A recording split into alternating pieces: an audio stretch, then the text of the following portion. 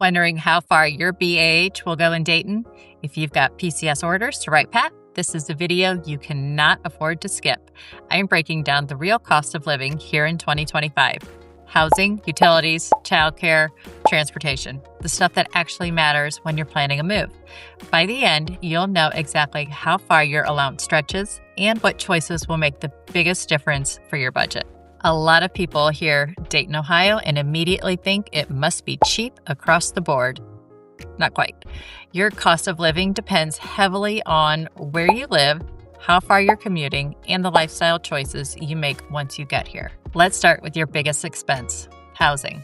Compared to major metro areas, Dayton's housing costs are friendlier, and your BAH generally goes further here. But location is everything. Beavercreek sits right next to Wright-Pat, and because of that convenience, prices here are usually higher.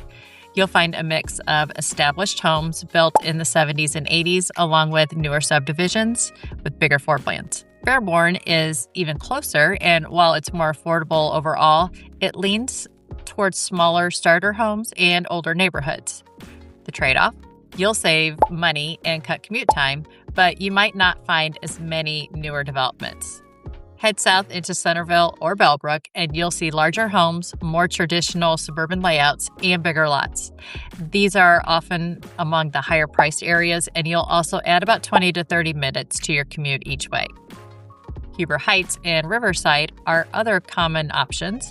Huber Heights has everything from mid-century ranches to modern subdivisions, while Riverside sits just west of the base, offering quick access with more affordable price points. So here's the bottom line on housing. You'll decide whether to spend more for proximity and convenience, or you'll save a bit and add commute time. It's all about the trade-off that works best for you. Next up, utilities and everyday costs. Dayton's utilities generally run below the national average.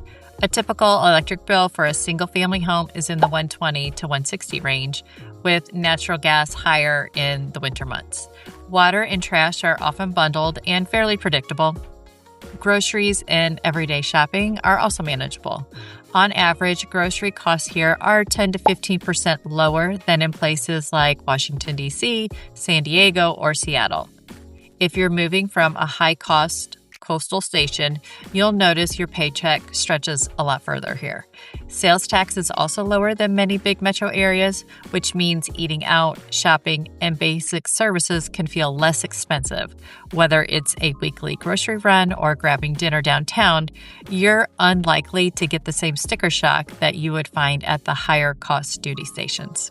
Dayton isn't a public transit city, so nearly everyone drives here. The cost of transportation really comes down to where you live. If you're in Fairborn or Beavercreek, you might spend less than 15 minutes in the car each way, which means less fuel, less wear on your vehicle. Move out to Centerville, Bellbrook, or parts of Huber Heights, and you're looking at a 20 to 30-minute commute. So, the upside? Even with those longer drives, traffic is manageable. In bigger cities, a 10-mile drive can take an hour. In Dayton, it's far more predictable. So while you'll spend a bit more on gas if you live further out, you won't usually be sitting in gridlock. That predictability makes it much easier to plan your day-to-day budget. Childcare is another important factor. Costs can vary depending on whether you're using an in-home provider, a daycare center, or preschool program.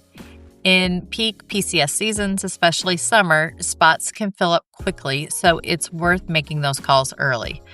When it comes to schools, I always recommend using objective sources like greatschools.org and the Ohio Department of Education's report cards. These tools let you compare districts based on data like test scores, student-to-teacher ratios, and available programs. This way, you can line up your housing decision with the facts that matter the most to you. One expense that sometimes gets overlooked is healthcare outside the base. While Wright-Pat Medical Center provides a lot of services, some families still use local providers for specialty care or urgent needs. Copays, dental, and vision are all in line with the national averages, but it's still smart to build a little cushion around your budget. Entertainment and dining also deserve a mention. Dayton has a great mix of national chains, local restaurants, and breweries. Compared to bigger metro areas, eating out here is noticeably more affordable, which makes it easier to enjoy what the city has to offer without blowing your budget. So let's tie this into real numbers. In 2025, an E5 with dependents receives about $1,536 a month in BAH at Wright-Pat. An O5 with dependents gets closer to $2,532. When you line that up against Dayton's average housing costs, these allowances usually cover rent or a mortgage, plus utilities and some additional expenses. And that's the big difference between Dayton and higher cost duty stations. Here, your BAH tends to feel like it's working with you instead of against you.